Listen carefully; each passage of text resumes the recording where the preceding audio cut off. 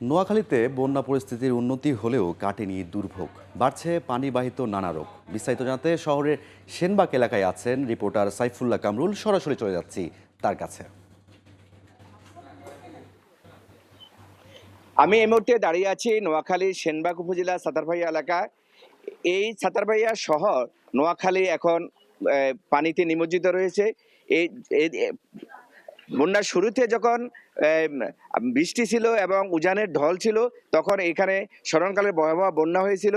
কিন্তু গত ২০-২৫ দিন পর থেকে এই এলাকাতে পানি সরছে না। পানি না সরার কারণ হিসাবে স্থানীয়রা জানিয়েছেন যে নোয়াখালীর সেনবাগের এই সাতারভাইয়া বাজার এবং চৌমোহনীতে এই যে খালগুলো অবৈধ দখলদারদের দখলে রয়েছে, এই অবৈধ দখলদারদের দখলের কারণে এখানকার পানিগুলো নামছে না। বিশেষ করে এই সাতারভাইয়ার বিরাহিমপুর, বিজয়পুর এবং মাহতাবপুর সহ ওইদিকে কাশীপুর, নাটেশ্বর এবং এই বেগমগঞ্জের অনন্তপুর, বেগমগঞ্জের কুতুবপুর, দুর্গাপুর সব এলাকায় এখন হাজার হাজার মানুষ বাড়িতে পানিবন্দী হয়ে আছে। এই পানিবন্দির কারণে এই এলাকার মানুষ মনে করতেছে যে বিগত সময় এখানকার খালগুলো অবৈধ দখলদারদের দখলে থাকার কারণে এখানকার পানি নামছে না। এখানকার সড়ক বিভাগ জানিয়েছেন তাদের প্রায় ১২৩ কিলোমিটার সড়ক বিনষ্ট হয়েছে।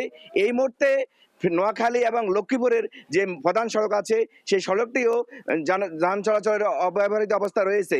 এখন দ্রুত তারা প্রায় ২০ কোটি টাকা প্রয়োজন লাগবে এই সড়কগুলো জন চলাচল করার জন্য।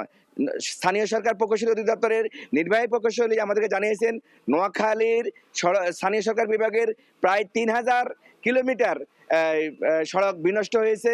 এই ৩,০০০ কিলোমিটার সড়কে তারা দাবি করতেছে যে প্রাথমিকভাবে তারা ৩,০০০ কোটি টাকার সড়কের সংস্কার তার লাগবে। নোয়াখালীর ৮টি উপজেলা, ৭টি পৌরসভা এবং ৮৮টি ইউনিয়নে প্রতিটি রাস্তা চলাচল অনুপযোগী হয়ে রয়েছেন। এখনো বাড়িঘরগুলোতে পানি আছে। বিশেষ করে আশ্রয়কেন্দ্রগুলো মানুষ এখনো বাড়ি পাচ্ছে না। এখানকার শিশুরা এবং বৃদ্ধরা অনেকে ডায়রিয়া সহ পানিবাহী রোগে আক্রান্ত হয়েছে। প্রচুর লোক এই পর্যন্ত বন্যায় নোয়াখালীতে ১১ জনের প্রাণহানি ঘটেছে এবং ডায়রিয়াতে ৪ জন মারা গেছে। এ ছিল নোয়াখালীর সেনবাগ থেকে আমার কাছে সর্বশেষ তথ্য। এতক্ষণ সরাসরি যুক্ত ছিলাম নোয়াখালী থেকে।